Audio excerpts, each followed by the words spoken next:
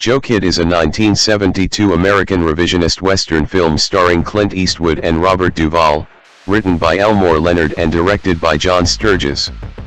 The film is about an ex-bounty hunter hired by a wealthy landowner named Frank Harlan to track down Mexican revolutionary leader Luis Chama, who is fighting for land reform. It forms part of the revisionist Western genre.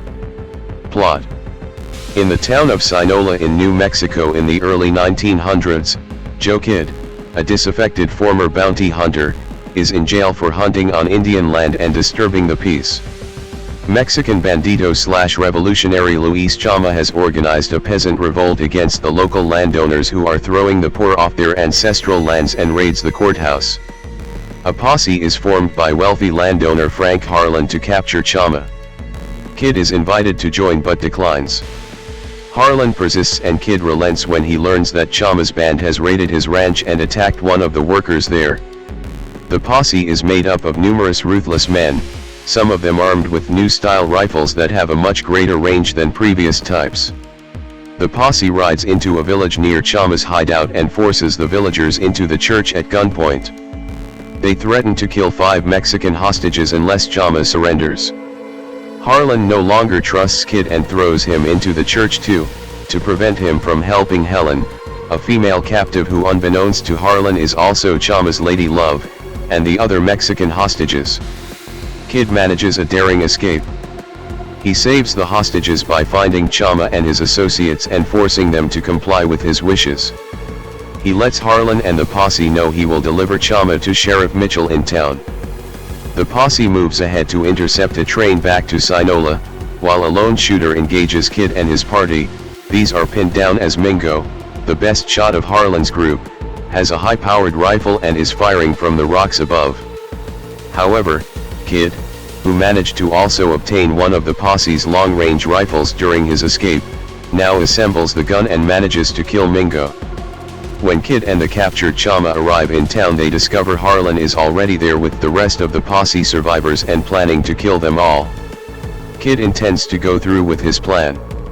To get to the jail, Kidd drives a steam train through the town saloon. A gunfight ensues between Kidd and Harlan's men. Kidd triumphs over the other men and manages to kill Harlan in the courthouse by hiding in the judge's chair. Chama then surrenders to Mitchell. Because the sheriff had punched him during the poaching arrest, Kidd punches the sheriff, then collects his things and leaves town with Helen. Cast: Clint Eastwood as Joe Kidd, Robert Duvall as Frank Harlan, John Saxon as Luis Chama, Don Stroud as Lamar Sims, Stella Garcia as Helen Sanchez, James Wainwright as Olin Mingo, Paul Colo as Roy Gannon, Gregory Walcott as Sinaloa County Sheriff Bob Mitchell, Dick Van Patten as Hotel Manager, Lynn Marta as Elma, John Carter as Judge, Pepe Hearn as Priest, Joaquin Martinez as Manolo, Ron Sobel as Ramon, Pepe Callahan as Naco, Clint Ritchie as Deputy Calvin. Production: sets on the old Tucson studios outside Tucson, Arizona. Eastwood was given the script by Jennings Lang, written by novelist Elmore Leonard. Originally called the Sinaloa Courthouse Raid 3, it was about a character inspired by Reyes Tijerina, an ardent supporter of Robert F. Kennedy, known for storming a courthouse in Tierra Amarilla, New Mexico in an incident in June 1967, taking hostages and demanding that the Hispanic people have their ancestral lands returned to them. Leonard depicted Tijerina in his story, a man he named Luis Chama, as an egomaniac, a role that went to John Saxon. Robert Duvall was cast as Frank Harlan, a ruthless landowner who hires Eastwood's character, a former frontier guide named Joe Kidd, to track down the culprits and scare them away. Don Stroud, who had appeared alongside Eastwood in Coogan's Bluff, was cast as another sour villain who encounters Joe Kidd. Directed by John Sturges, who had previously helmed such westerns as Gunfight at the OK Corral, 1957, The Magnificent Seven, 1960, An Hour of the Gun, 1967. Filming began in Old Tucson in November 1971, overlapping with another film production, John Huston's The Life and Times of Judge Roy Bean, which was just wrapping up shooting. 4 outdoor sequences to the film were shot near Bishop, California, southeast of Yosemite National Park. 4 The actors were initially uncertain about the strength of the 3 main characters in the film and how the hero Joe Kidd would come across. 5 According to writer Leonard, the initial slow development between the 3 was probably because the cast was so initially awestruck by having Sturges direct that they surrendered authority to him.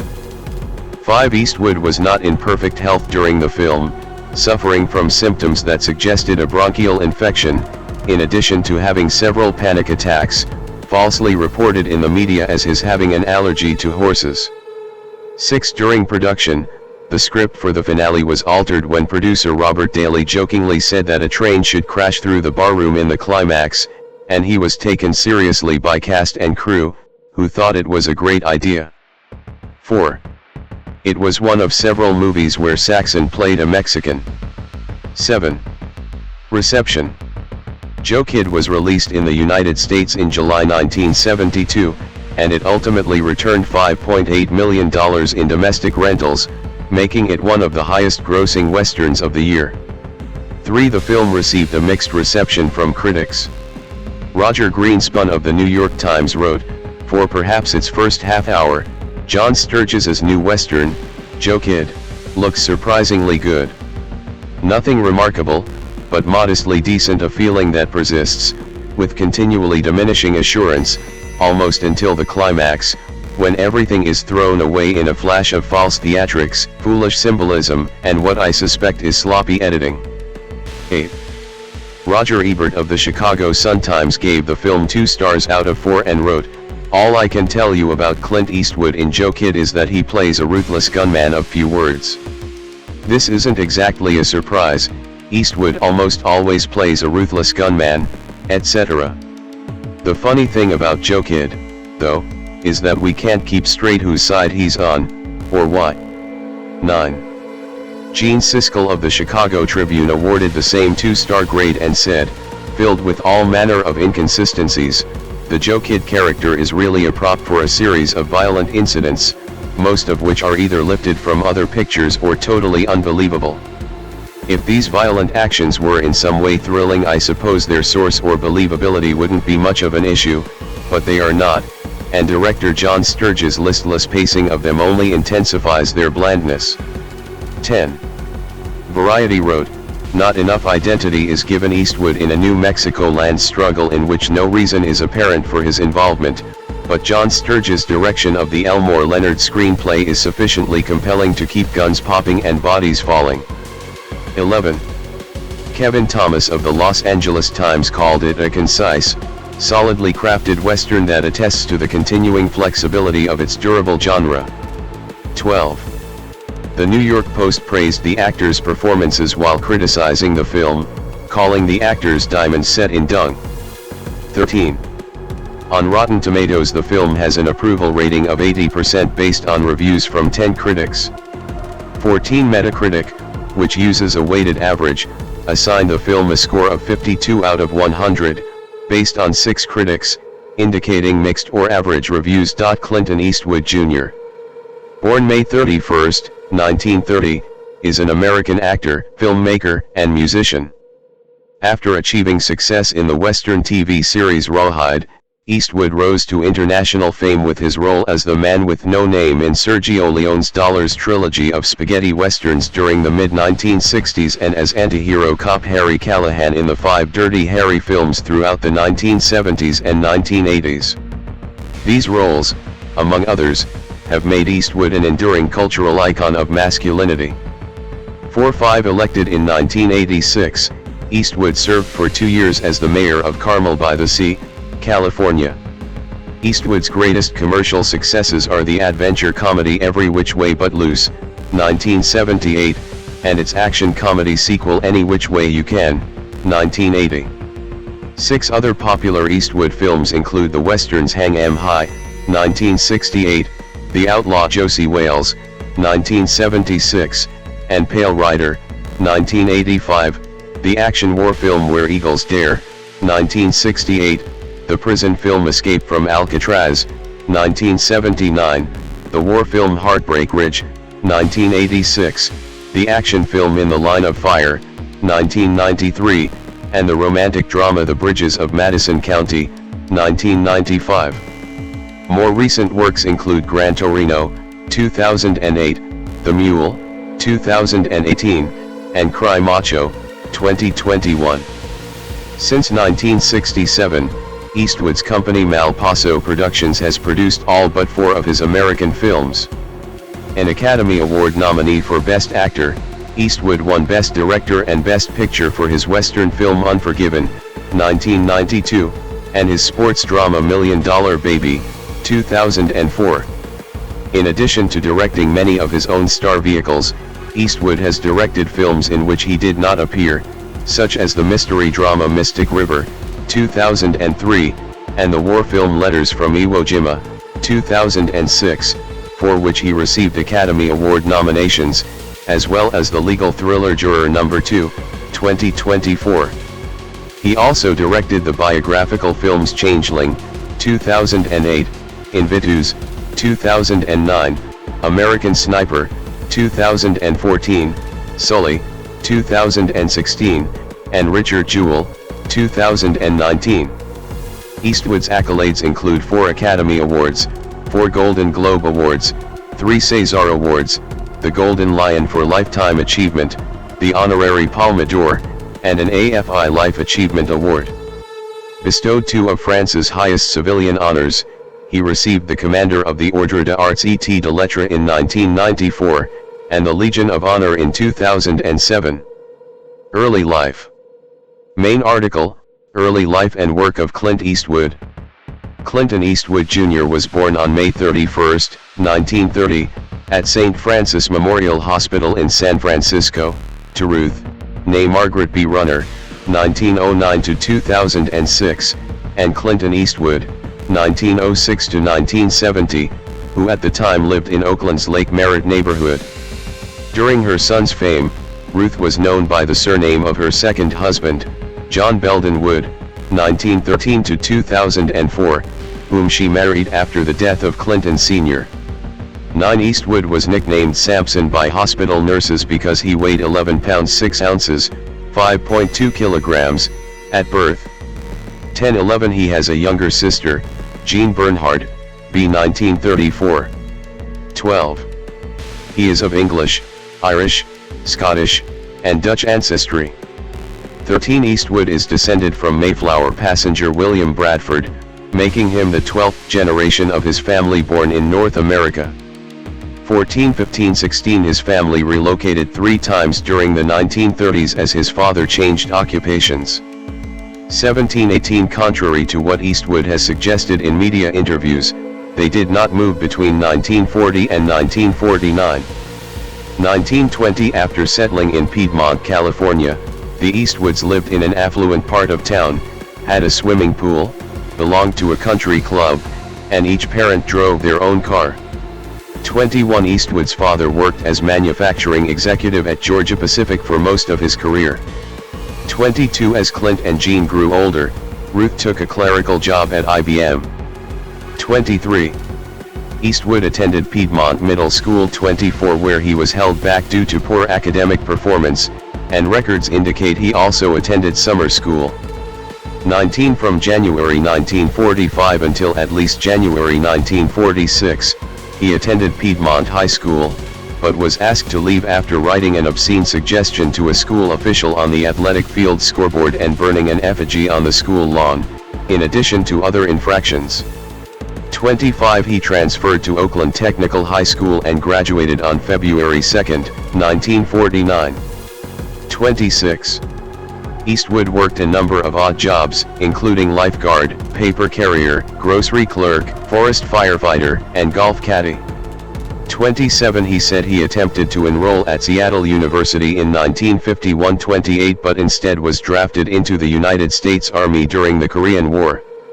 29 Don Loomis recalled hearing that Eastwood was romancing one of the daughters of a Fort Ord officer, who may have been encouraged to look out for him when postings were assigned. 30 While returning from a pre-arranged tryst 30 in Seattle, he was a passenger on a Douglas AD bomber that ran out of fuel and crashed into the ocean near Point Reyes. 31-32 Using a life raft, he and the pilot swam 2 miles, 3.2 kilometers, to safety. 33 Eastwood was discharged in February 1953. 34. Career. 1954 to 1962, acting debut and Rawhide. With Nina Foch in an episode of Rawhide, 1959. According to a CBS press release for Rawhide, Universal International's camera crew was shooting in Fort Ord when an enterprising assistant spotted Eastwood and invited him to meet the director. 35 Although this is disputed by Eastwood's unauthorized biographer, Patrick McGilligan. 36 According to Eastwood's official biography, the key figure was a man named Chuck Hill, who was stationed in Fort Ord and had contacts in Hollywood. 35 While in Los Angeles, Hill became reacquainted with Eastwood and managed to sneak him into a Universal studio, where he introduced him to cameraman Irving Glassberg. 35 Glassberg arranged for an audition under Arthur Lubin, who, although very impressed with Eastwood's appearance and stature, then 6 feet 4 in 193 centimeters, disapproved of his acting, remarking, he was quite amateurish. He didn't know which way to turn or which way to go or do anything. 37. Lubin suggested that he attend drama classes and arranged for Eastwood's initial contract in April 1954, at $100 per week. 37 After signing, Eastwood was initially criticized for his stiff manner and delivering his lines through his teeth, a lifelong trademark.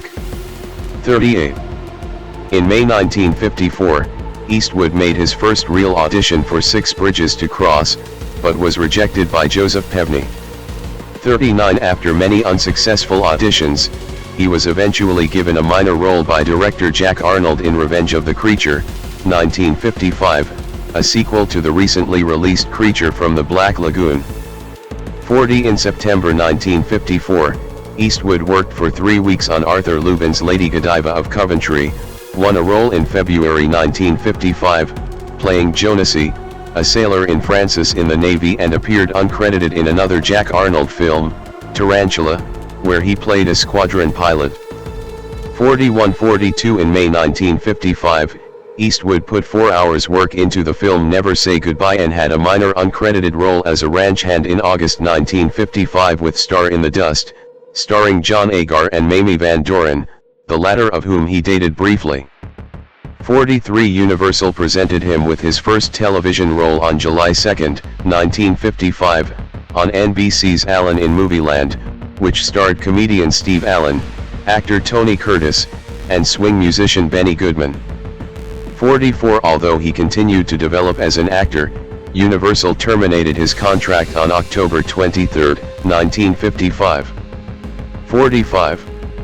Eastwood joined the Marsh Agency, and although Lubin landed him his biggest role to date in The First Traveling Sales Lady, 1956, and later hired him for Escapade in Japan, 1957, without a formal contract, Eastwood was struggling. 46 On his financial advisor Irving Leonard's advice, he switched to the Cummino-Leanick Agency in 1956 and Mitchell Gertz in 1957. He landed several small roles in 1956 as a temperamental army officer for a segment of ABC's Reader's Digest series, and as a motorcycle gang member on a highway patrol episode. 46 In 1957, Eastwood played a cadet in the West Point series and a suicidal gold prospector on Death Valley Days. 47. In 1958, he played a Navy lieutenant in a segment of Navy Log, and in early 1959 made a notable guest appearance as Red Hardigan on Maverick opposite James Garner as a cowardly villain intent on marrying a rich girl for money. 47 Eastwood had a small part as an aviator in Lafayette Escadrille, 1958, and played a major role as an ex-renegade of the Confederacy in Ambush at Cimarron Pass, also 1958, a film that Eastwood considers the low point of his career. 48 49 50. With stuntwoman Roxanne Tunis on the Rawhide set, circa 1959. In 1958, Eastwood was cast as Rowdy Yates in the CBS hour-long Western series Rawhide, the career breakthrough he had long sought. 51-52 Eastwood was not especially happy with his character. Eastwood was almost 30, and Rowdy was too young and cloddish for his comfort. 53 Filming began in Arizona in the summer of 1958. 54 It took just 3 weeks for Rawhide to reach the top 20 in TV ratings and, although it never won an Emmy, it was a major success for several years, and peaked at number 6 in the ratings from October 1960 to April 1961. 55 The Rawhide years, 1959 to 65, were some of the most grueling of Eastwood's career, often filming 6 days a week for an average of 12 hours a day, but some directors still criticized him for not working hard enough. 55-56 By late 1963, Rawhide was beginning to decline in the ratings and lacked freshness in the scripts. It was cancelled in the middle of the 1965-66 season. 57 Eastwood made his first attempt at directing when he filmed several trailers for the show, but was unable to convince producers to let him direct an episode. 58 In the show's first season, Eastwood earned $750 an episode.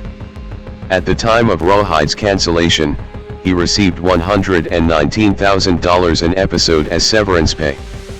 59. 1963 to 1969, Spaghetti Westerns and Stardom.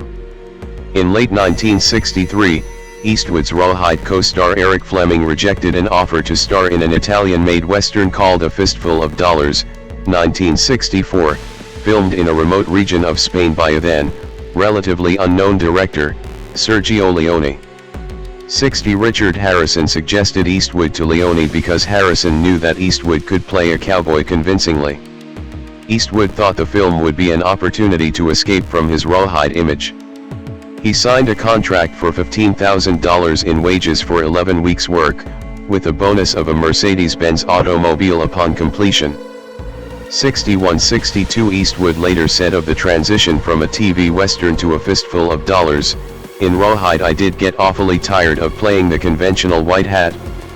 The hero who kisses old ladies and dogs and was kind to everybody. I decided it was time to be an anti-hero." 63. Eastwood was instrumental in creating the Man with No Name character's distinctive visual style and, although a non-smoker, Leone insisted Eastwood smoke cigars as an essential ingredient of the mask he was attempting to create for the character.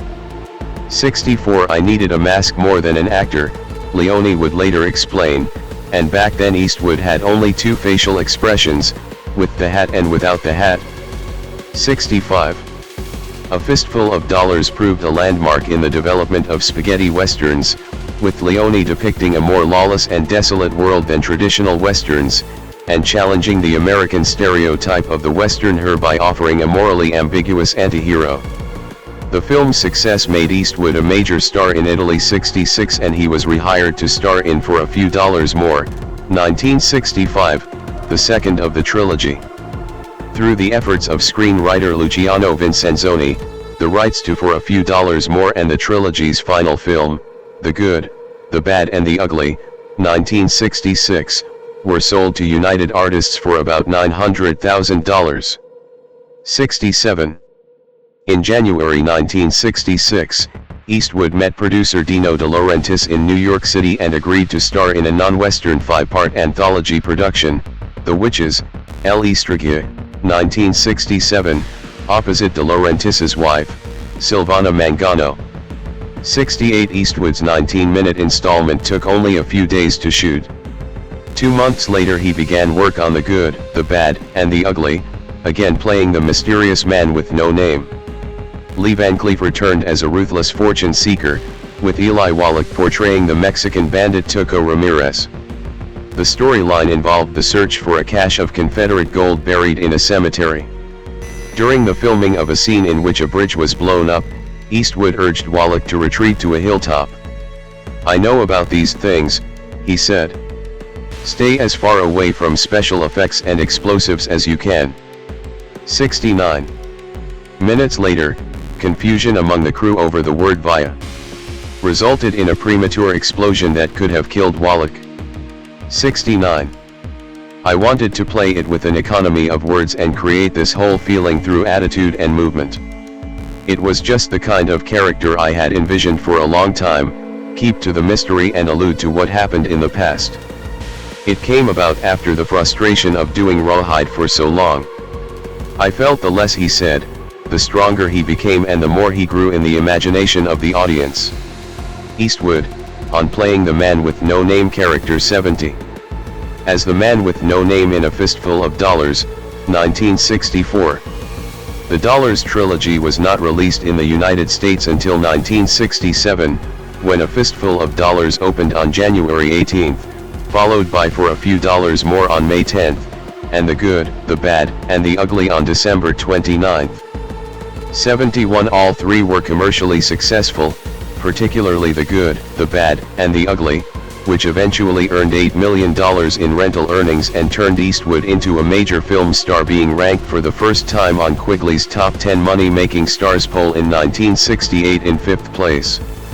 71-72. All three received poor reviews, and marked the beginning of a battle for Eastwood to win American film critics' respect. 73. Judith Crist described A Fistful of Dollars as cheap Jack, 74, while Newsweek called For a Few Dollars More excruciatingly dopey. Renata Adler of the New York Times said The Good, the Bad, and the Ugly was the most expensive, pious and repellent movie in the history of its peculiar genre. 75. Time drew attention to the film's wooden acting, especially Eastwood's, though a few critics such as Vincent Canby and Bosley Crowther of the New York Times praised his coolness. 76. Leone's cinematography was widely acclaimed, even by critics who disparaged the acting. 73. Stardom brought Eastwood more roles.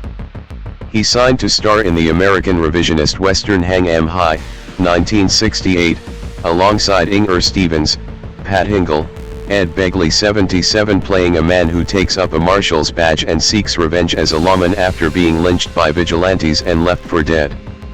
78. The film earned Eastwood $400,000 and 25% of its net box office. 77. Using money earned from the Dollars trilogy, Eastwood's advisor Irving Leonard helped establish Eastwood's own production company, Malpaso Productions, named after Malpaso Creek on Eastwood's property in Monterey County, California. The 38-year-old actor was still relatively unknown as late as a month prior to the film's release, as evidenced by a July 1968 news item by syndicated columnist Dorothy Manners. The proverbial man in the street is still asking, "Who's Clint Eastwood?" 79. Leonard arranged for Hang 'Em High to be a joint production with United Artists. 80. When it opened in August, it had the largest opening weekend in United Artists history. Hang 'Em High was widely praised by critics, including Archer Winston of the New York Post, who called it a western of quality, courage, danger, and excitement. 16. Before Hang 'Em High's release, Eastwood had already begun working on Coogan's Bluff, 1968, about an Arizona deputy sheriff tracking a wanted psychopathic criminal, Don Stroud, through New York City. He was reunited with Universal Studios for it after receiving an offer of $1 million, more than double his previous salary. 81. Jennings Lang arranged for Eastwood to meet Don Siegel, a Universal contract director who later became Eastwood's close friend, forming a partnership that would last more than 10 years and produce 5 films. 82. Shooting began in November 1967, before the script had been finalized. 83. The film was controversial for its portrayal of violence.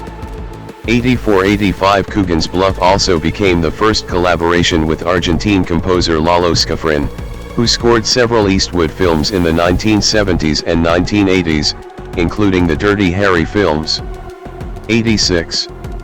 Eastwood was paid $750,000 for the war epic Where Eagles Dare, 1968, 87. About a World War II squad parachuting into a Gestapo stronghold in the Alps.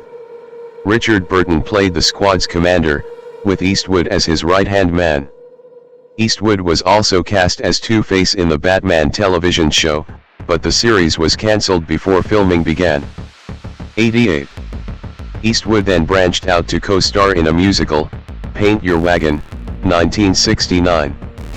Eastwood and Lee Marvin play gold miners who buy a Mormon settler's less favored wife, Jean Seberg, at an auction. Bad weather and delays plagued the production, and the film's budget eventually exceeded $20 million, which was high for the time.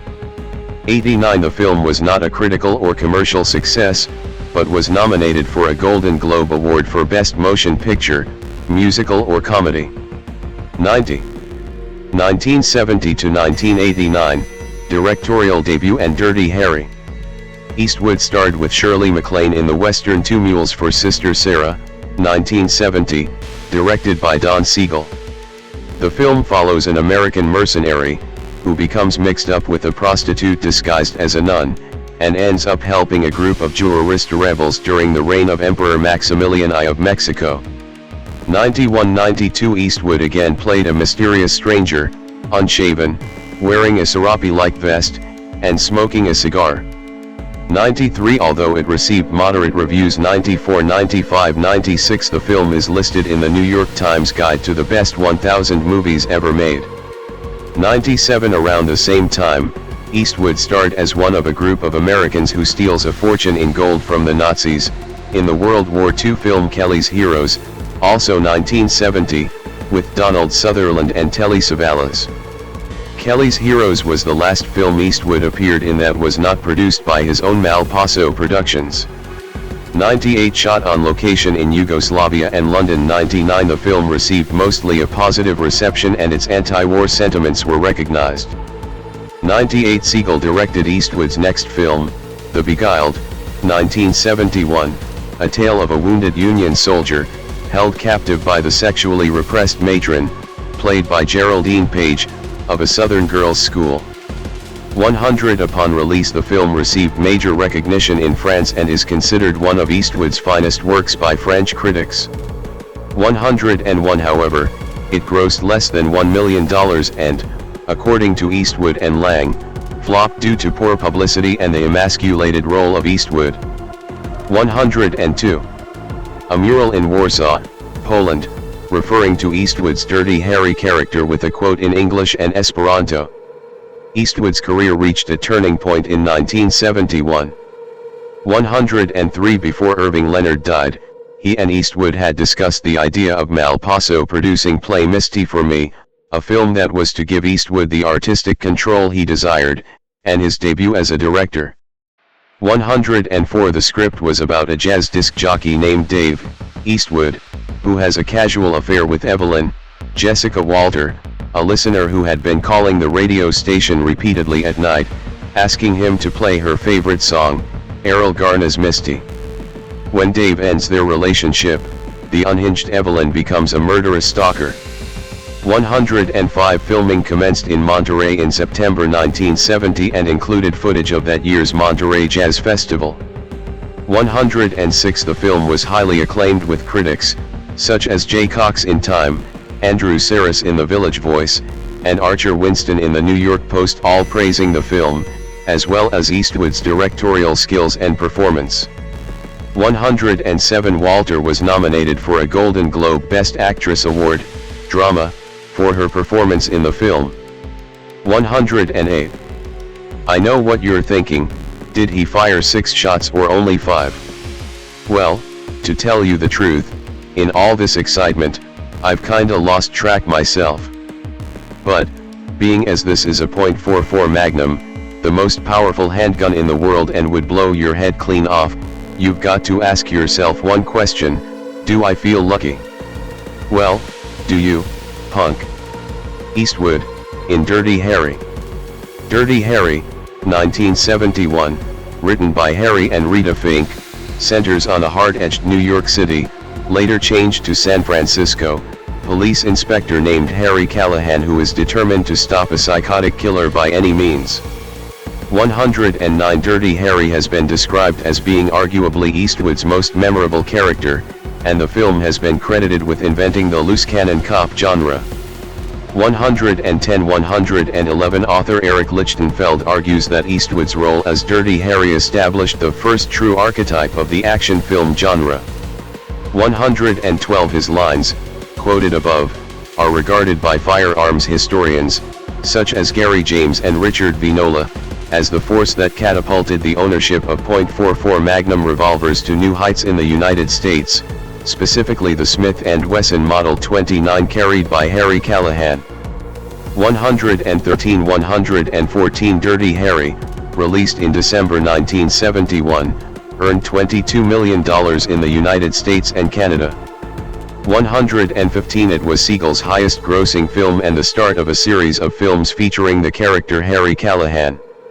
Although a number of critics praised Eastwood's performance as Dirty Harry, such as Jay Cox, who described him as giving his best performance so far, tense, tough, full of implicit identification with his character. 116 The film was also widely criticized as being fascistic. 117 118 119 After having been second for the past 2 years, Eastwood was voted first in Quigley's Top 10 Money-Making Stars poll in 1972 and again in 1973. 120. Following Sean Connery's announcement that he would not play James Bond again, Eastwood was offered the role but turned it down, saying, "That was someone else's gig. That's Sean's deal. It didn't feel right for me to be doing it." 121. He next starred in the loner Western Joe Kid, 1972, based on a character inspired by Reyes Lopez Tijerina, who stormed a courthouse in Tierra Amarilla, New Mexico, in June 1967. During filming, Eastwood suffered symptoms of a bronchial infection and several panic attacks. 122 Joe Kid received a mixed reception, with Roger Greenspun of the New York Times writing that it was unremarkable, with foolish symbolism and sloppy editing, although he praised Eastwood's performance. 123. Eastwood's first Western as director was High Plains Drifter, 1973, in which he also starred. The film had a moral and supernatural theme, later emulated in Pale Rider. The plot follows a mysterious stranger, Eastwood, who arrives in a brooding western town where the people hire him to protect them against 3 soon-to-be-released felons.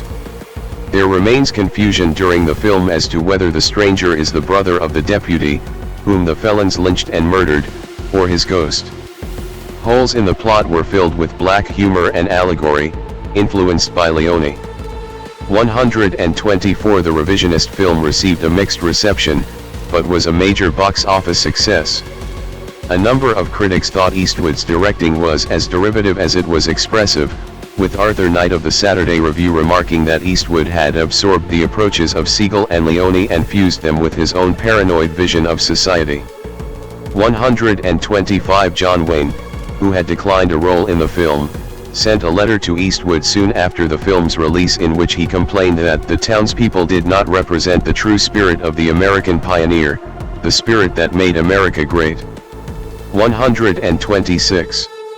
Directing William Holden in Breezy, 1972. Eastwood next turned his attention towards Breezy, 1973, a film starring William Holden and Kay Lentz about love blossoming between a middle-aged man and a teenage girl. Various actresses had lobbied for the title role, including Eastwood's future longtime companion Sandra Locke, who at 29 was nearly twice the character's age.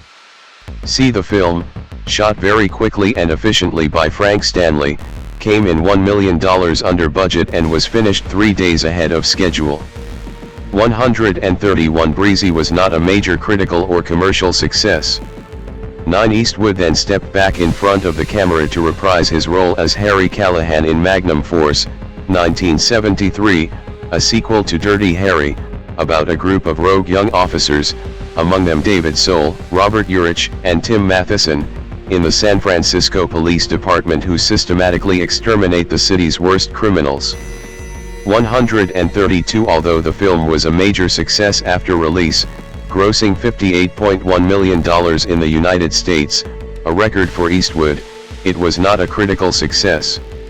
134 The New York Times critic Nora Sayer panned the often contradictory moral themes of the film, while the paper's Frank Rich called it the same old stuff.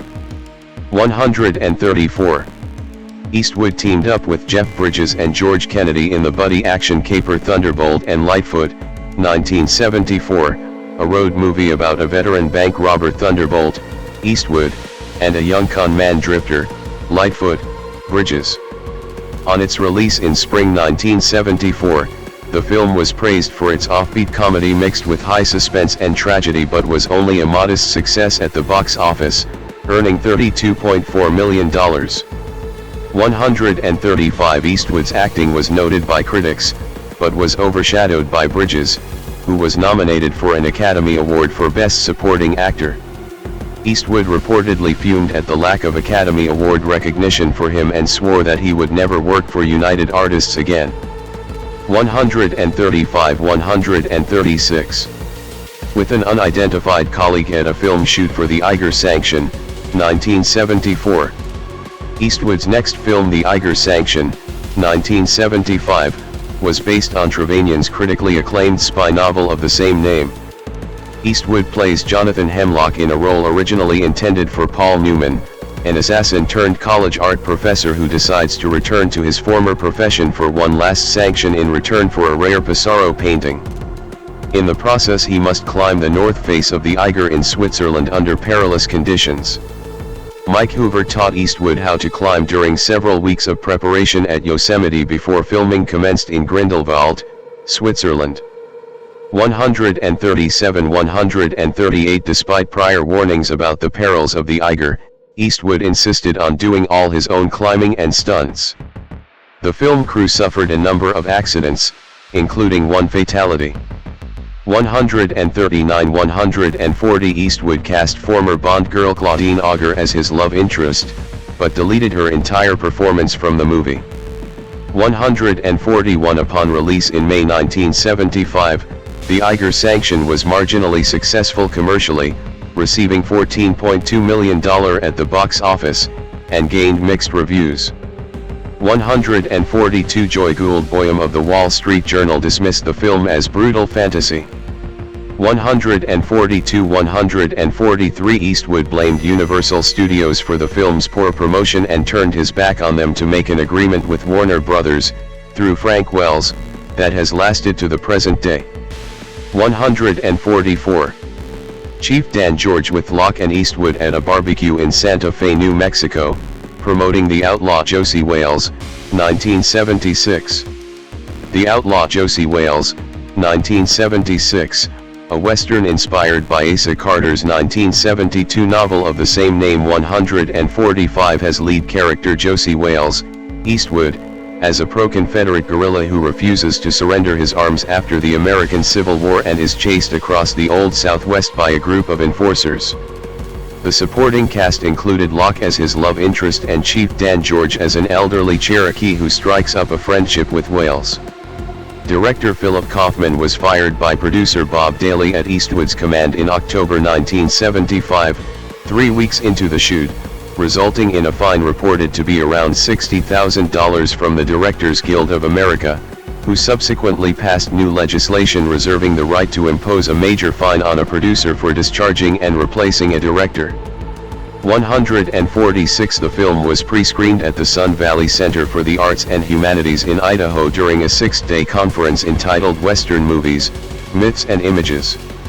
Invited to the screening were a number of well-known film critics, including Jay Cox and Arthur Knight, directors such as King Vidor, William Wyler, and Howard Hawks, and a number of academics. 147 Upon its release in the summer of 1976, The Outlaw Josie Wales was widely acclaimed, with many critics and viewers seeing Eastwood's role as an iconic one that related to America's ancestral past and the destiny of the nation after the American Civil War. 147 Roger Ebert compared the nature and vulnerability of Eastwood's portrayal of Josie Wales with his man-with-no-name character in the Dollars Westerns, and praised the film's atmosphere. 148 The film would later appear in Time's Top 10 Films of the Year. 149. Eastwood was then offered the role of Benjamin L. Willard in Francis Coppola's Apocalypse Now, but declined, for he did not wish to spend weeks on location in the Philippines. 151. He also refused the part of a platoon leader in Ted Post's Vietnam War film Go Tell the Spartans. 150 and instead decided to make a third Dirty Harry film, The Enforcer, 1976. The film had Callahan partnered with a new female officer, Tyne Daley, to face a San Francisco Bay Area group resembling the Symbionese Liberation Army. The film, culminating in a shootout on Alcatraz Island, was considerably shorter than the previous Dirty Harry films at 95 minutes. 152 but was a major commercial success, grossing $100 million worldwide to become Eastwood's highest grossing film to date. 153. Eastwood and Locke in the Gauntlet, 1977. Eastwood directed and starred in The Gauntlet, 1977, opposite Locke, Pat Hingle, William Prince, Bill McKinney, and Mara Corday. In this film, he portrays a down-and-out cop assigned to escort a prostitute from Las Vegas to Phoenix to testify against the mob. Although a moderate hit with the viewing public, critics had mixed feelings about the film, with many believing it was overly violent. Ebert, in contrast, gave the film 3 stars and called it classic Clint Eastwood, fast, furious, and funny. 154. In Every Which Way But Loose, 1978, he had an uncharacteristic offbeat comedy role. His character, Philo Beddoe, is a trucker and brawler who roams the American West searching for a lost love, Locke, accompanied by his best friend, Orville Boggs, played by Jeffrey Lewis, and an orangutan called Clyde. The film proved surprisingly successful upon its release and became Eastwood's most commercially successful film up to that time. Panned by critics, it ranked high among the box office successes of his career and was the second highest grossing film of 1978. 155. Eastwood starred in Escape from Alcatraz, 1979, the last of his films directed by Siegel. It was based on the true story of Frank Lee Morris who, along with John and Clarence Anglin, escaped from the notorious Alcatraz Federal Penitentiary in 1962. The film was a major success. Stanley Kaufman of The New Republic praised it as crystalline cinema. 156 and Frank Rich of Time described it as cool, cinematic grace. 157. With Locke in Any Which Way You Can, 1980. Eastwood directed and enacted the title role in Bronco Billy, 1980, alongside Locke, Scatman Crothers, and Sam Bottoms. 158. Filming commenced on October 1, 1979, in the Boise metropolitan area and was shot in 5.5 weeks on a budget of $5 million. 143. Cinematographer David Worth stated, "Being able to capture the true love between Clint and Sandra was very special." 159. Eastwood has cited Bronco Billy as being one of the most relaxed shoots of his career, and biographer Richard Schickel argued that Bronco Billy is Eastwood's most self-referential character. 161. The film was a commercial disappointment. 162. But was liked by critics. Janet Maslin of the New York Times wrote that film was the best and funniest Clint Eastwood movie in quite a while, and praised Eastwood's directing, intricately juxtaposing the Old West and the New West. 163. Released later in 1980, Any Which Way You Can was the sequel to Every Which Way But Loose and also starring Eastwood. The film received a number of bad reviews from critics, although Maslin described it as funnier and even better than its predecessor. 162. In theaters over the Christmas season, Any Which Way You Can was a major box office success and ranked among the year's top 5 highest grossing films. 164. Eastwood in 1981. Eastwood directed and starred in Honky Tonk Man, 1982, based on the eponymous Clancy Carlisle's Depression-era novel. Eastwood portrays a struggling Western singer Red Stovall who suffers from tuberculosis, but has finally been given an opportunity to make it big at the Grand Ole Opry. He is accompanied by his young nephew, played by real-life son Kyle, to Nashville, Tennessee, where he is supposed to record a song. Only Time gave the film a good review in the United States, with most reviewers criticizing its blend of muted humor and tragedy. 165. Nevertheless, the film received a more positive reception in France, where it was compared to John Ford's The Grapes of Wrath 166, and it has since acquired the very high rating of 93% on Rotten Tomatoes. 167. Around the same time, Eastwood directed, produced, and starred in the Cold War-themed Firefox, also 1982. Based on a 1977 novel with the same name written by Craig Thomas, the film was shot before but released after Honky Tonk Man. Russian filming locations were not possible due to the Cold War, and the film had to be shot in Vienna and other locations in Austria to simulate many of the Eurasian story locations. With a production cost of $20 million, it was Eastwood's highest budget film to that time. 168 people likened Eastwood's performance to Luke Skywalker trapped in Dirty Harry's soul.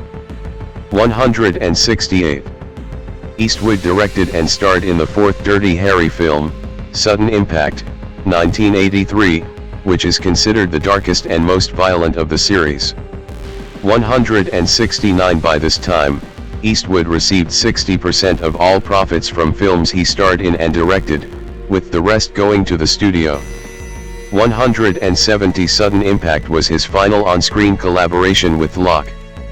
She plays a middle-aged painter who, along with her sister, was gang-raped years before the story takes place and seeks revenge for her sister's now vegetative state by systematically murdering the rapists.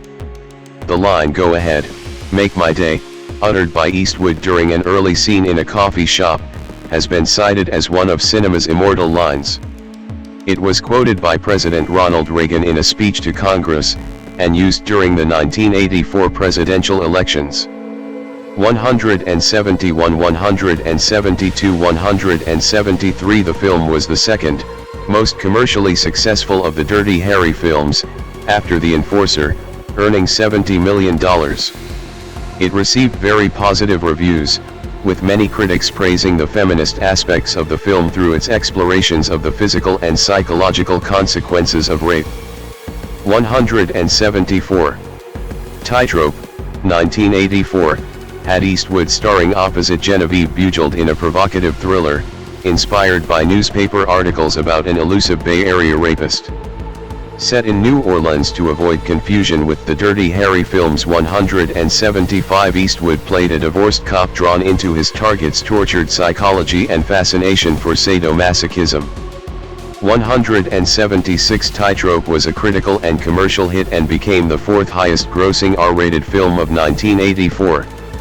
177. Eastwood next starred in the crime comedy City Heat, also 1984, alongside Burt Reynolds, a film about an ex-cop turned private eye and his former police lieutenant partner who get mixed up with gangsters in the Prohibition era of the 1930s. The film grossed around $50 million domestically, but was overshadowed by Eddie Murphy's Beverly Hills Cop. 178. Eastwood and Locke at the premiere of City Heat, 1984, with Burt Reynolds and Lonnie Anderson. Westerns. A period gone by, the pioneer, the loner operating by himself, without benefit of society. It usually has something to do with some sort of vengeance. He takes care of the vengeance himself, doesn't call the police. Like Robin Hood. It's the last masculine frontier. Romantic myth, I guess, though it's hard to think about anything romantic today. In a Western you can think, Jesus, there was a time when man was alone, on horseback, out there where man hasn't spoiled the land yet. Eastwood, on the philosophical allure of portraying Western loners. 179. Eastwood made his only foray into TV direction with the Amazing Stories episode Vanessa in the Garden, 1985, which starred Harvey Keitel and Locke as a married couple. This was his first collaboration with Steven Spielberg, who later co-produced Flags of Our Fathers and Letters from Iwo Jima. 180. He would revisit the Western genre when he directed and starred in Pale Rider, 1985, a film based on the classic Western Shane, 1953, and follows a preacher descending from the mists of the Sierras to side with the miners during the California gold rush of 1850. 181. The title is a reference to the four horsemen of the apocalypse, as the rider of the pale horse is death, and shows similarities to Eastwood's Western High Plains Drifter, 1973, in its themes of morality and justice as well as its exploration of the supernatural. 182. It was hailed as one of the best films of 1985 and the best Western to appear for a considerable period, with Gene Siskel of the Chicago Tribune remarking, "This year, 1985, will go down in film history as the moment Clint Eastwood finally earned respect as an artist." 183. Eastwood co-starred with Marcia Mason in the military drama Heartbreak Ridge, 1986, about the 1983 United States invasion of Grenada. He portrayed a United States Marine Corps gunnery sergeant veteran of the Vietnam War who realizes he is nearing the end of his military service. Production and filming were marred by internal disagreements between Eastwood and longtime friend and producer Fritz Maynes, as well as between Eastwood and the United States Department of Defense, which had expressed contempt for the film. 184. 185. At the time, the film was a commercial rather than a critical success, and has only come to be viewed more favorably in recent times. 186. The film grossed $70 million domestically. 187. Eastwood starred in The Deadpool, 1988, the fifth and final film in the Dirty Harry series. It co-starred Patricia Clarkson, Liam Neeson, and a young Jim Carrey who plays Johnny Squares, a drug-addled rock star and the first of the victims on a list of celebrities drawn up by horror film director Peter Swan, Neeson, who are deemed most likely to die, the so-called Deadpool. The list is stolen by an obsessed fan who, in mimicking his favorite director, makes his way through the list killing off celebrities, of which Dirty Harry is also included. The Deadpool grossed nearly $38 million, relatively low receipts for a Dirty Harry film. It is generally viewed as the weakest film of the series, though Roger Ebert thought it was as good as the original. 188. 189. Eastwood began working on smaller, more personal projects and experienced a lull in his career between 1988 and 1992. Always interested in jazz, he directed Bird, 1988, a biopic starring Forrest Whitaker as jazz musician Charlie Bird Parker. Alto saxophonist Jackie McLean and Spike Lee, son of jazz bassist Bill Lee and a longtime critic of Eastwood, criticized the characterization of Charlie Parker, remarking that it did not capture his true essence and sense of humor. 190. Eastwood received 2 Golden Globes for the film, the Cecil B. DeMille Award for his lifelong contribution, and the Best Director Award. However, Bird was a commercial failure, earning just $11 million, which Eastwood attributed to the declining interest in jazz among black people. 191. Carey would appear with Eastwood again in the poorly received comedy Pink Cadillac, 1989. The film is about a bounty hunter and a group of white supremacists chasing an innocent woman, Bernadette Peters, who tries to outrun everyone in her husband's prized pink Cadillac. The film failed both critically and commercially, 192 earning barely more than Bird and marking a low point in Eastwood's career. 193. 1990 to 2009, critical acclaim and award success. Eastwood directed and starred in White Hunter Black Heart, 1990, an adaptation of Peter Virtel's Roman Oclef, about John Huston and the making of the classic film The African Queen. Shot on location in Zimbabwe in the summer of 1989. 194. The film received some critical attention but with only a limited release earned just $8.4 million. 195. Eastwood directed and co-starred with Charlie Sheen in The Rookie, a buddy cop action film released in December 1990. Critics found the film's plot and characterization unconvincing, but praised its action sequences. 196. An ongoing lawsuit, in response to Eastwood allegedly ramming a woman's car. 197 resulted in no Eastwood films being shown in cinemas in 1991. 198 Eastwood won the suit and agreed to pay the complainant's legal fees if she did not appeal. 198. If possible, he looks even taller, leaner, and more mysteriously possessed than he did in Sergio Leone's seminal Fistful of Dollars a quarter of a century ago. The years haven't softened him. They have given him the presence of some fierce force of nature, which may be why the landscapes of the mythic, late 19th century West become him, never more so than in his new Unforgiven. This is his richest, most satisfying performance since the underrated, politically lunatic Heartbreak Ridge. There's no one like him. Vincent Canby of the New York Times, on Eastwood's performance in Unforgiven 199. Eastwood revisited the Western genre in Unforgiven, 1992, a film which he directed and starred in as an aging ex-gunfighter long past his prime. Scripts existed for the film as early as 1976 under titles such as The Cut Whore Killings and The William Money Killings, but Eastwood delayed the project because he wanted to wait until he was old enough to play his character and to savor it as the last of his Western films. 198 Unforgiven was a major commercial and critical success. Jack Mathis of the Los Angeles Times described it as the finest classical Western to come along since perhaps John Ford's 1956 The Searchers. 200 The film was nominated for 9 Academy Awards 201, including Best Actor for Eastwood and Best Original Screenplay for David Webb Peoples, and won 4, including Best Picture and Best Director for Eastwood. In 2008 Unforgiven was ranked as the 4th best American Western, behind Shane, High Noon, and The Searchers in the American Film Institute's AFI's 10 Top 10 list. 202 203. Eastwood at the 1994 Cannes Film Festival.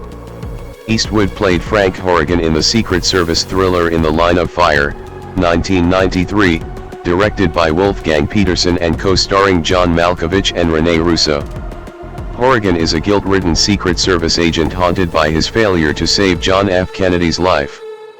204 The film was among the top 10 box office performers in that year, earning $102 million in the United States alone, and 25 years after he was first listed on Quigley's Top 10 Money-Making Stars poll, Eastwood was voted number 1 again. 205 72 A few months after film wrapped, Eastwood directed and co-starred alongside Kevin Costner in A Perfect World, also 1993. Set in the 1960s 206 Eastwood plays a Texas Ranger in pursuit of an escaped convict, Costner, who hits the road with a young boy, T.J. Lowther. Janet Maslin of the New York Times wrote that the film marked the highest point of Eastwood's directing career 207 and the film has since been cited as one of his most underrated directorial achievements. 208 209.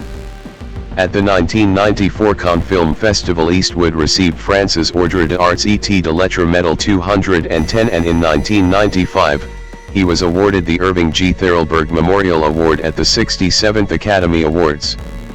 211 His next film appearance was in a cameo role as himself in the children's film Casper, 1995. He expanded his repertoire by playing opposite Meryl Streep in The Bridges of Madison County, also 1995.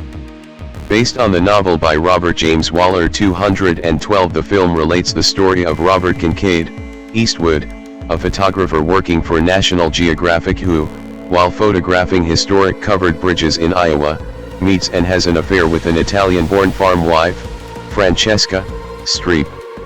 Despite the novel receiving unfavorable reviews, The Bridges of Madison County film was a commercial and critical success.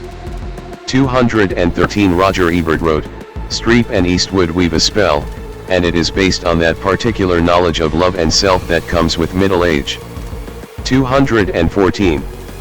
The film was nominated for a Golden Globe for Best Motion Picture, Drama and won a César Award in France for Best Foreign Film. Streep was also nominated for an Academy Award and a Golden Globe. Eastwood directed and starred in the political thriller Absolute Power, 1997, alongside Gene Hackman, with whom he had appeared in Unforgiven. Eastwood played the role of a veteran thief who witnesses the Secret Service cover-up of a murder. The film received a mixed reception from critics. 215 later in 1997, Eastwood directed Midnight in the Garden of Good and Evil, based on the novel by John Berendt and starring John Cusack, Kevin Spacey, and Jude Law. The film met with a mixed critical response. 216. The roles that Eastwood has played, and the films that he has directed, cannot be disentangled from the nature of the American culture of the last quarter century, its fantasies, and its realities.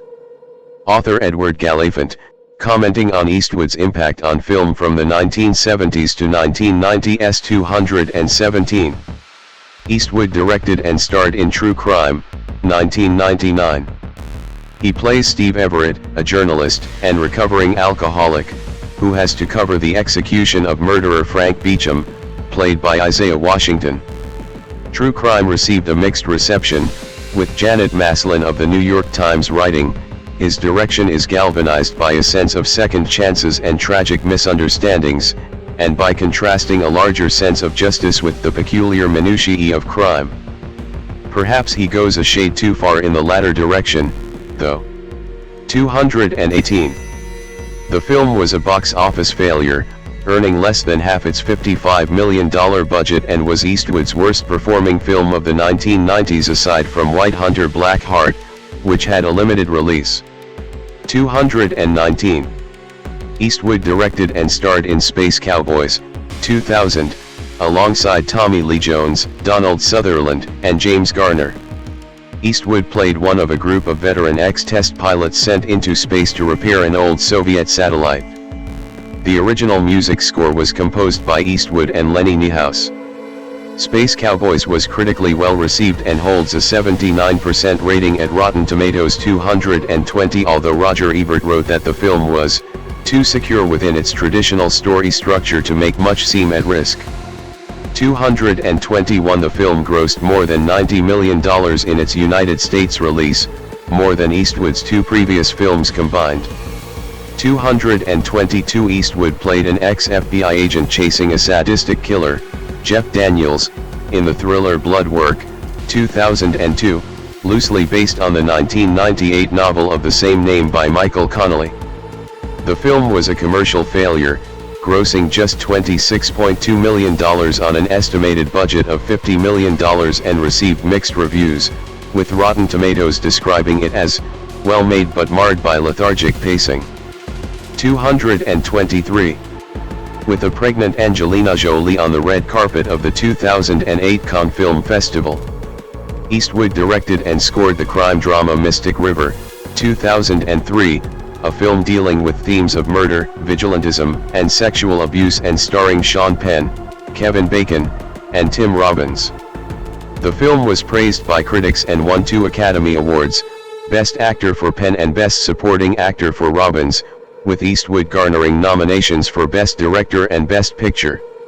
224. The film grossed $90 million domestically on a budget of $30 million. 225. In 2003, Eastwood was named Best Director of the Year by the National Society of Film Critics. 226. Clint is a true artist in every respect. Despite his years of being at the top of his game and the legendary movies he has made, he always made us feel comfortable and valued on the set, treating us as equals. Tim Robbins, on working with Eastwood. 11. The following year, Eastwood found further critical acclaim with $1 Million Baby.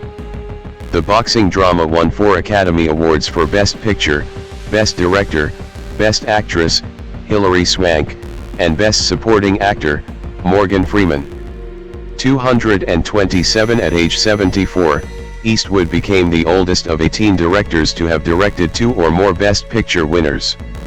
228. 229. He also received a nomination for Best Actor, as well as a Grammy nomination for his score. 230, and won a Golden Globe for Best Director, which was presented to him by daughter Catherine, who was Miss Golden Globe at the 2005 ceremony.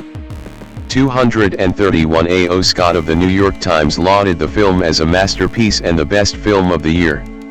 232. Eastwood directed 2 films about World War II's Battle of Iwo Jima, released in 2006.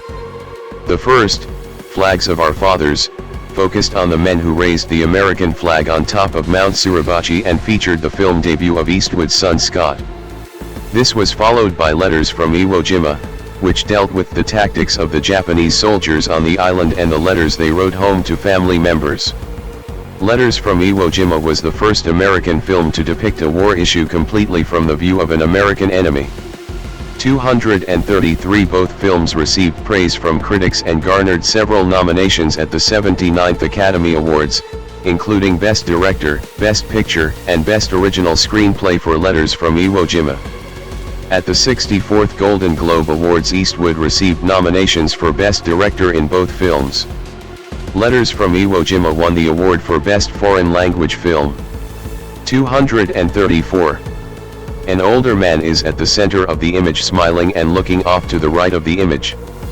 He is wearing a white jacket, and a tan shirt and tie. The number 61 can be seen behind him on a background wall. Eastwood in 2008. Eastwood next directed Changeling, 2008, based on a true story set in the late 1920s. Angelina Jolie stars as a woman reunited with her missing son only to realize he is an imposter.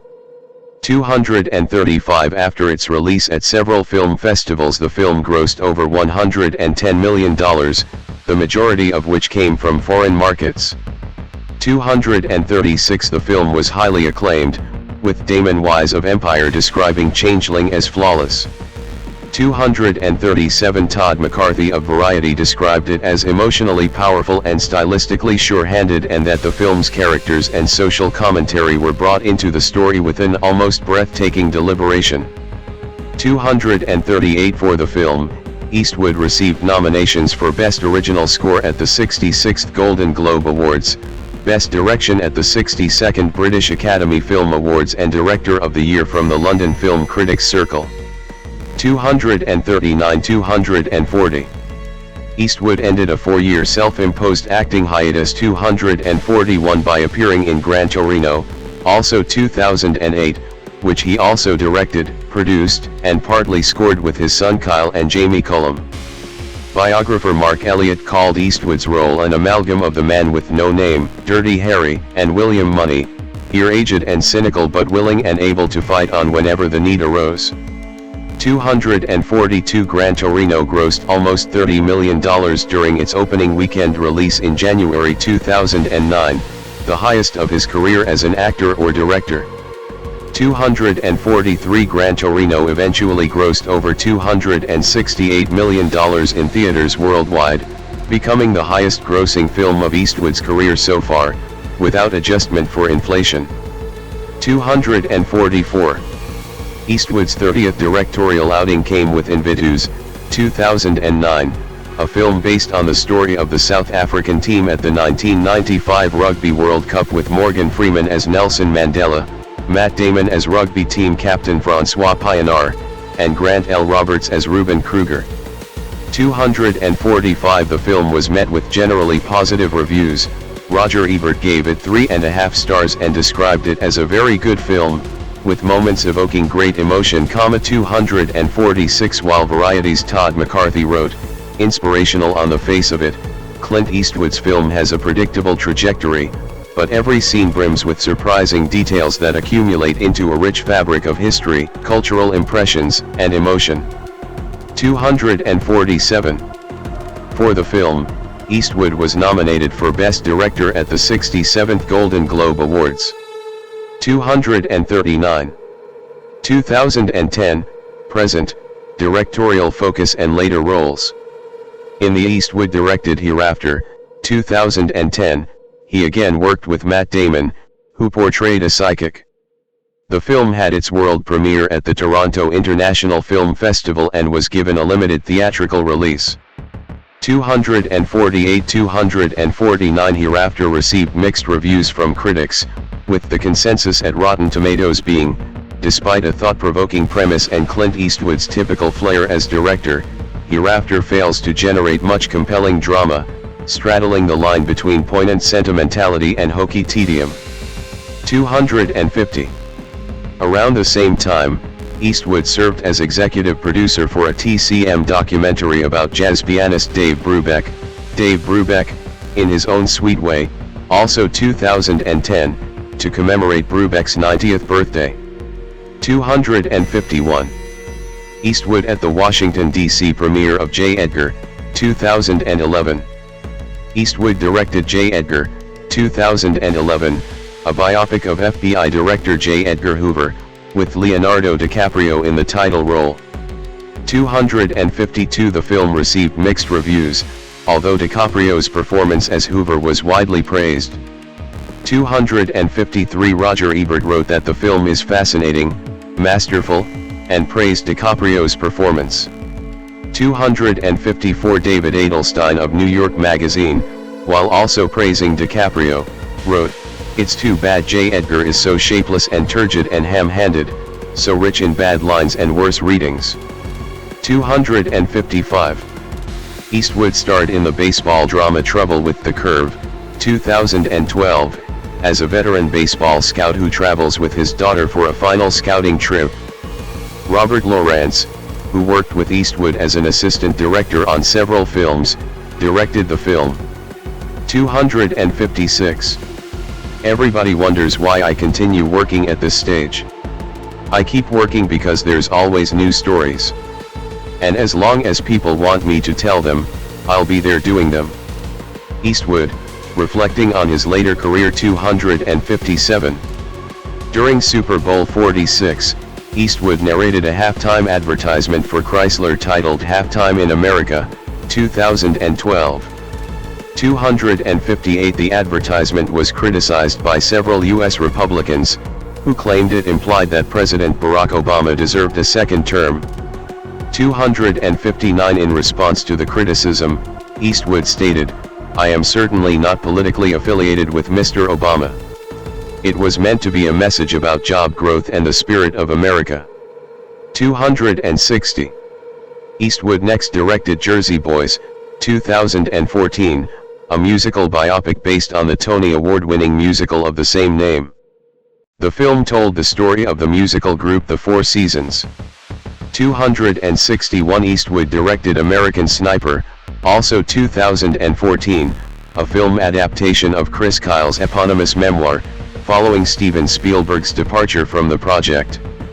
262. Released on Christmas Day, American Sniper grossed more than $350 million domestically and over $547 million globally, making it one of Eastwood's biggest movies commercially.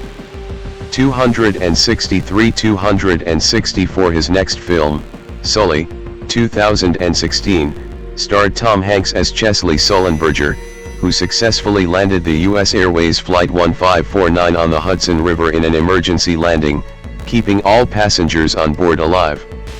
265. It became another commercial success for Eastwood, grossing over $238 million worldwide. 266. He directed the biographical thriller The 1517 to Paris, 2018, which saw previously non-professional actors Spencer Stone, Anthony Sadler, and Alex Gerlatos playing themselves as they stopped the 2015 Thalys train attack. 267. The film received a generally negative reception from critics, who were largely critical of the acting by the three leads. 268. Eastwood next starred in and directed The Mule, which was released in December 2018. He played Earl Stone, an elderly drug smuggler based on Leo Sharp, Eastwood's first acting role since Trouble with the Curve in 2012. 269. On the eve of The Mule's opening, news belatedly surfaced that Eastwood's ex-significant other Sandra Locke had died over a month earlier on November 3. No explanation was given for the media blackout. 270. Given Locke's extensive history of deceiving the public, scholars deduced that she must have requested the blackout in her final wishes, so as to prevent her true age from being broadcast to the world. 130. In May 2019, it was announced that Eastwood would direct The Ballad of Richard Jewell, based on the life of heroic security guard Richard Jewell, who was wrongly suspected in the 1996 Olympic bombing. Later retitled simply Richard Jewell, Eastwood directed and produced the film, through Warner Brothers, his 10th straight film with the company. Jonah Hill and Leonardo DiCaprio were originally set to star in the film in 2014, when it was to be directed by Paul Greengrass 271, but DiCaprio and Hill would ultimately serve only as producers on Eastwood's film. 272-273 The film stars Paul Walter Hauser in the titular role, along with Sam Rockwell, Kathy Bates, John Hamm, and Olivia Wilde in supporting roles. Filming began on June 24, 2019, and Richard Jewell was released on December 13, 2019. In October 2020, it was announced that Eastwood would direct, produce, and star in Cry Macho, an adaptation of the 1975 novel of the same name, for Warner Brothers Pictures. 274 production of the film took place in New Mexico between November and December 2020. 275 It was released on September 17, 2021. 276 to mixed reviews and commercial failure. In April 2023, reports emerged that Eastwood would direct and produce Juror No. 2, from a screenplay by Jonathan Abrams. 277 The film stars Nicholas Hoult, Toni Collette, Zoe Deutsch, Kiefer Sutherland, and J.K. Simmons. 278 Production began in June 2023, but was temporarily suspended due to the 2023 SAG-AFTRA strike, resuming in November 2023. 280 The film was distributed by Warner Brothers and released in November 2024, to generally favorable reviews. 281 It has been rumored that Juror No. 2 may be Eastwood's final directorial effort, though insiders deny this. 282 Directorial style. On the set of Gran Torino, 2008. Beginning with the thriller play Misty for Me, Eastwood has directed over 30 films, including westerns, action films, musicals, and dramas. He is one of few top Hollywood actors to have also become a critically and commercially successful director. The New Yorker's David Denby wrote that, unlike Eastwood 283, John Ford appeared in just a few silent films, Howard Hawks never acted in movies. Clark Gable, Gary Cooper, Spencer Tracy, James Stewart, Cary Grant, Humphrey Bogart, William Holden, Steve McQueen, and Sean Connery never directed a feature. John Wayne directed only twice, and badly, ditto Burt Lancaster. Paul Newman, Jack Nicholson, Warren Beatty, Robert Redford, Robert De Niro, and Sean Penn have directed a few movies each, with mixed commercial and artistic success. From the very early days of his career, Eastwood was frustrated by directors' insistence that scenes be reshot multiple times and perfected, and when he began directing in 1970, he made a conscious attempt to avoid any aspects of directing he had been indifferent to as an actor. As a result, Eastwood is renowned for his efficient film directing and ability to reduce filming time and control budgets. He usually avoids actors rehearsing and prefers to complete most scenes on the first take. 285 Eastwood's rapid filmmaking practices have been compared to those of Woody Allen, Ingmar Bergman, and Jean-Luc Godard. By whom? When acting in others' films, he has sometimes taken over directing, such as for The Outlaw Josie Wales, if he believes production is too slow. 283 In preparation for filming, Eastwood rarely uses storyboards for developing the layout of a shooting schedule. 286 287 288 He also attempts to reduce script background details on characters to allow the audience to become more involved in the film. 289 Considering their imagination a requirement for a film that connects with viewers. 289 290 Eastwood has indicated that he lays out a film's plot to provide the audience with necessary details, but not so much that it insults their intelligence. 291 According to Life magazine, Eastwood's style is to shoot first and act afterward. He etches his characters virtually without words. He has developed the art of underplaying to the point that anyone around him who so much as flinches looks hamily histrionic. 292.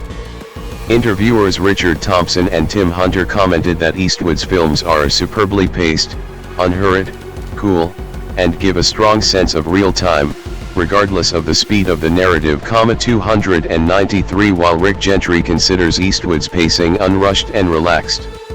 294 Eastwood is fond of low-key lighting and backlighting to give his films an noirish feel. 285 295 Eastwood's frequent exploration of ethical values has drawn the attention of scholars, who have researched Eastwood's work from ethical and theological perspectives, including his portrayal of justice, mercy, suicide, and the angel of death. 296. Politics. Main article, Political Life of Clint Eastwood. Eastwood with President Ronald Reagan in 1987. Eastwood is a former Republican who has sometimes supported Democrats, and has long shown an interest in California politics. He is currently a registered libertarian. 297. He won election as the nonpartisan mayor of Carmel by the Sea, California, in April 1986.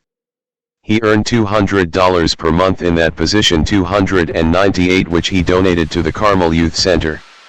While in office, he helped to make ice cream legal to consume on city streets. 299 Added public restrooms to the public beach, and a city library annex building was built.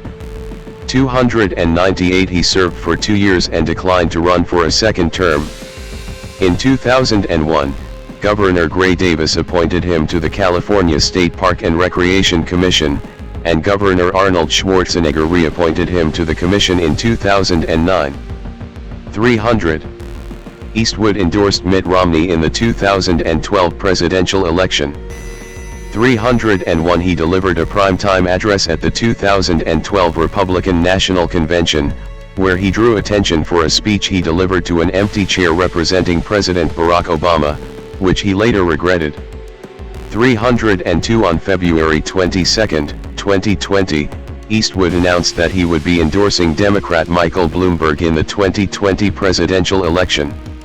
Eastwood stated that he wishes that Trump would act in a more genteel way, without tweeting and calling people names.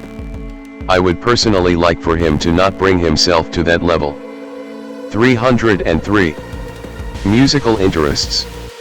See also, Clint Eastwood discography.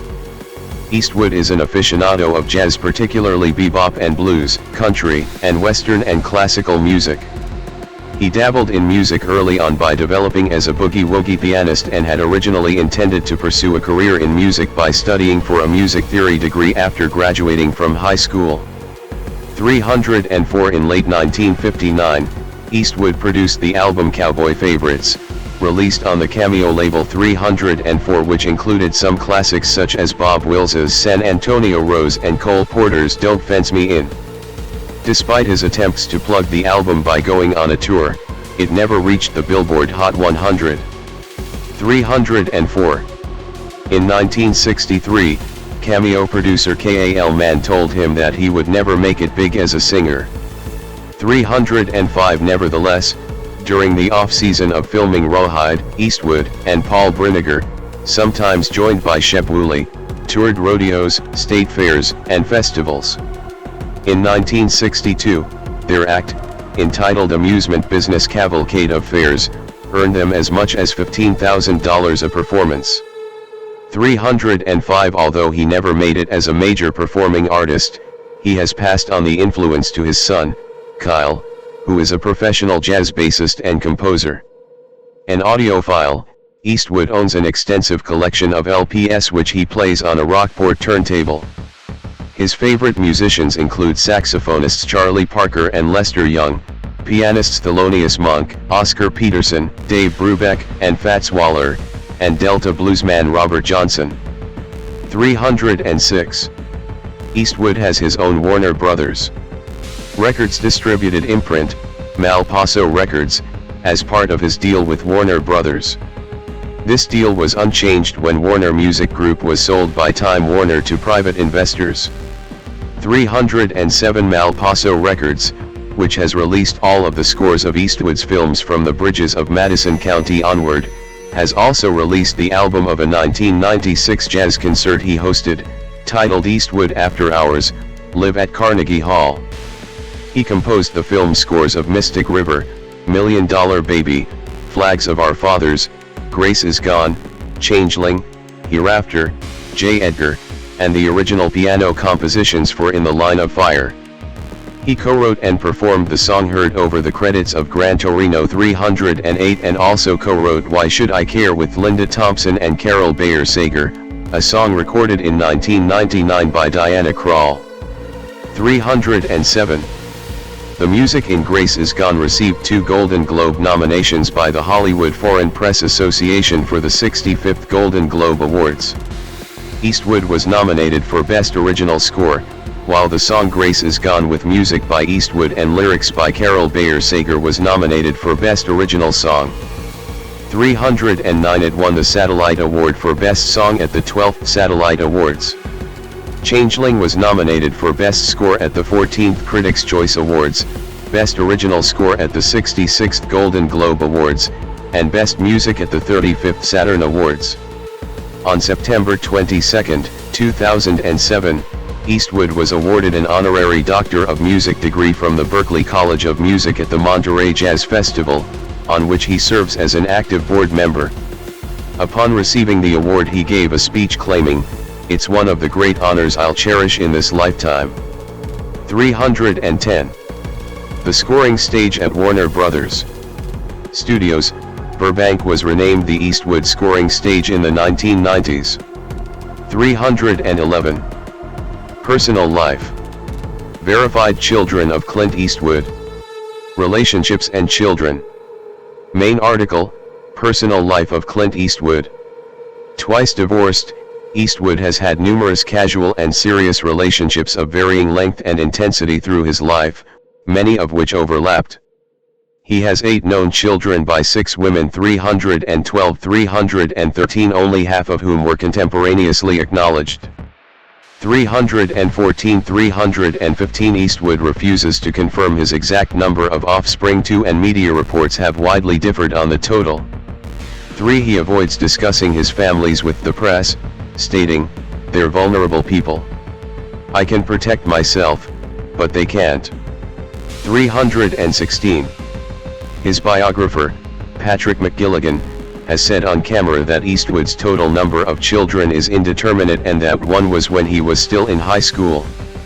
317. Locke and Eastwood in 1975 during the filming of The Outlaw Josie Wales. Eastwood's first marriage was to manufacturing secretary turned fitness instructor Margaret Neville Johnson in December 1953, after meeting her on a blind date the previous May. 318. During the courtship, he had an affair that resulted in his daughter Lori, born 1954, who was adopted by Clyde and Helen Warren of Seattle. 319, 320, 321, 322, 323. While the identity of Lori's biological mother is not public record, 312. McGilligan stated that she belonged to a theater group Eastwood participated in. Eastwood continued having affairs while married to Johnson, including a 1959 to 1973 relationship with stuntwoman Roxanne Tunis that produced a daughter, Kimber, born 1964. 325, 326. Tunis and Eastwood maintained a healthy relationship until her death in 2023. 327. Johnson tolerated the open marriage with Eastwood. 328, 329. And the couple eventually had 2 children, Kyle, born 1968, and Allison, born 1972. 312. In 1975, Eastwood and married actress-director Sandra Locke began living together. 330. She had been in a marriage of convenience since 1967 with Gordon Lee Anderson, an unemployed homosexual. 331, 332, 333, 334. Locke claimed that Eastwood sang "She Made Me Monogamous" to her 326, 335 and confided he had never been in love before. 21, 336. Fritz Maynes, who had known Eastwood since junior high, described the relationship with Locke as absolute total, blind love. 337. Eastwood finally divorced Johnson in 1984. 338. Locke, however, remained married to Anderson until her death in 2018. 339. According to Bill Brown, publisher of the Carmel Pine Cone, Eastwood considered Locke the love of his life. 340. Yet he has never publicly addressed her death. 341. In an unpublicized affair, Eastwood fathered two legally fatherless 342, 343, 344, 345 children, Scott, born 1986, and Catherine, born 1988, with flight attendant Jacelyn Reeves. 346. When Locke and Eastwood separated in 1989, she filed a palimony lawsuit and later sued for fraud. 347. Reaching settlements in both cases. 331. During the early to mid-1990s, Eastwood had a relationship with actress Frances Fisher that resulted in a daughter, Francesca, born 1993. 348. Eastwood married for the second time in 1996, to news anchor Dina Ruiz, who gave birth to their daughter Morgan that same year. 349. Ruiz and Eastwood's marriage lasted until 2014. 312. Beginning in 2014, Eastwood was seen in the company of restaurant hostess Christina Sandera. 350. Though neither publicly confirmed a romance. 351. 352. Eastwood's spokespeople, managers, and press agents have long denied any knowledge of his personal life. 353. 354. Sandera died of a heart attack in July 2024, at age 61. 355. By the fall of that year, Eastwood was in a new relationship, though his girlfriend has not been identified. 356. 357. 358. Health and leisure activities. The Hog's Breath Inn in Carmel, once owned by Eastwood. Eastwood has been a health and fitness fanatic since his teens. During the production of Rawhide, he appeared in magazines and journals that often documented his health-conscious lifestyle. In an August 1959 edition of TV Guide, for example, Eastwood was photographed doing push UPS. He offered tips on fitness and nutrition, advising people to eat plenty of fruit and raw vegetables, take vitamins, and avoid sugar-loaded beverages, excessive alcohol, and overloading on carbohydrates. 359. Eastwood's father's death from a heart attack at age 64 in 1970, described by Fritz Maynes as the only bad thing that ever happened to him in his life, 104, came as a shock to Eastwood, especially since his grandfather had lived to be 92. It had a profound impact on his life. From that point forward he became more productive, working with greater speed and efficiency on set, and adopted an even more rigorous health regimen. 105. Despite abstaining from hard liquor, he co-opened an Old English-inspired pub called the Hog's Breath Inn in Carmel by the Sea in 1971. 360. Eastwood eventually sold the pub in 1999 and now owns the Mission Ranch Hotel and Restaurant, also located in Carmel by the Sea. 359. 361. 362. 363. Playing golf at a charity fundraising event in 2015. Eastwood is an avid golfer and owns the Tehama Golf Club. He is an investor in the world-renowned Pebble Beach Golf Links west of Carmel and donates his time to charitable causes at major tournaments. 308. 364. 365. Eastwood is an FAA-licensed fixed-wing and rotary craft private pilot and often flies his helicopter to the studios to avoid traffic. 366. 367. Spiritual beliefs and meditation. In 1973, Eastwood told the film critic Gene Siskel, "No, I don't believe in God." 368. In 2023, his daughter Catherine stated, "Most of my earthly family do not believe in or worship God. They either have a lack of faith or reject the God in the Bible in favor of other idols or ideas." 369. Eastwood has said that he finds spirituality in nature, as suggested by his Western, Pale Rider, 1985, explaining that "I was born during the Depression and I was brought up with no specific church. We moved every 4 or 5 months during the first 14 years of my life, so I was sent to a different church depending on wherever we lived. Most of them were Protestant, but I went to other churches because my parents wanted me to try to figure out things for myself. They always said, 'I just want to expose you to some religious order and see if that's something you like.' So although my religious training was not really specific, I do feel spiritual things. If I stand on the side of the Grand Canyon and look down, it moves me in some way." 370. He has also said, "It would be wonderful to talk with my parents again, who are, of course, deceased. It makes the idea of death much less scary. But then again, if you think that nothing happens after you die, maybe it makes you live life better. Maybe you're supposed to do the best you can by the gift you're given of life and that alone." 370. In 1975, Eastwood publicly acknowledged his participation in transcendental meditation when he appeared on the Merv Griffin Show with Maharishi Mahesh Yogi, the founder of Transcendental Meditation. 361. He has meditated every morning for years. 371. Real estate interests.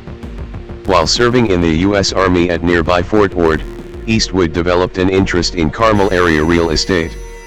Using income from his acting career, on December 24, 1967, he bought 5 parcels totaling 283 acres, 115 ha, of land from Charles Sawyer along Highway 1, near Malpaso Creek south of the Carmel Highlands.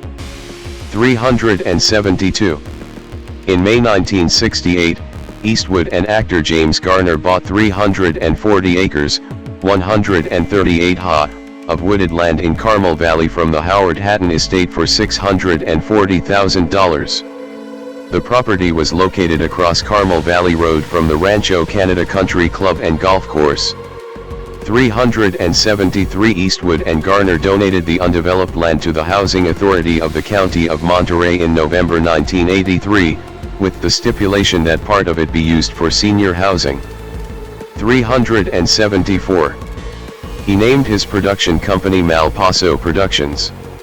375. Eastwood later bought another parcel in the Highlands, together totaling 650 acres, 263 ha, across 6 parcels. In 1995, Monterey County purchased the Malpaso land from him for $3.08 million and placed a permanent conservation easement on the property.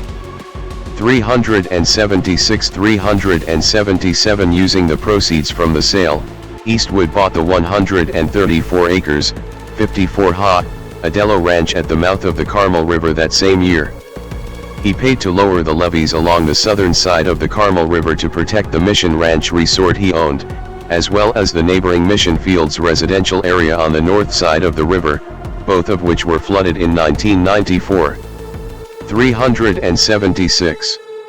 In 1997, Eastwood and his former wife Maggie Johnson, acting as the Eastwood Trust, donated 49 acres, 20 ha, of the Adello Ranch property east of Highway 1 to the Big Sur Land Trust, along with the associated water rights.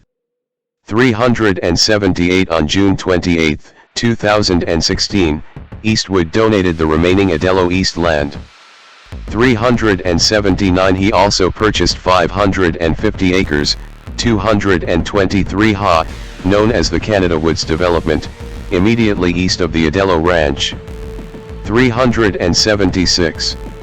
In 2010, at age 80, Eastwood spent approximately $20,380,000 to build a 15,949 square foot, 1,481.7 square meters, compound in Carmel by the Sea. 382 His California real estate portfolio also includes a 6,136 square foot, 570.1 square meters, Spanish-style mansion in Bel Air. 384 The 1,067.5 acre, 432.0 ha, Rising River Ranch near Castle. 385 An apartment in Burbank. 386 and a 5,575 square foot, 517.9 square meters, desert modern home in La Quinta. 387, sometimes misidentified as Palm Springs, 388 as well as a large but understated 389 house located next door to his longtime primary Bel Air residence. 391 Eastwood is also known to have purchased property in 2 other states. He owns a 5,700 square foot, 530 square meters, house in Sun Valley, Idaho. 392 393 and a 1.13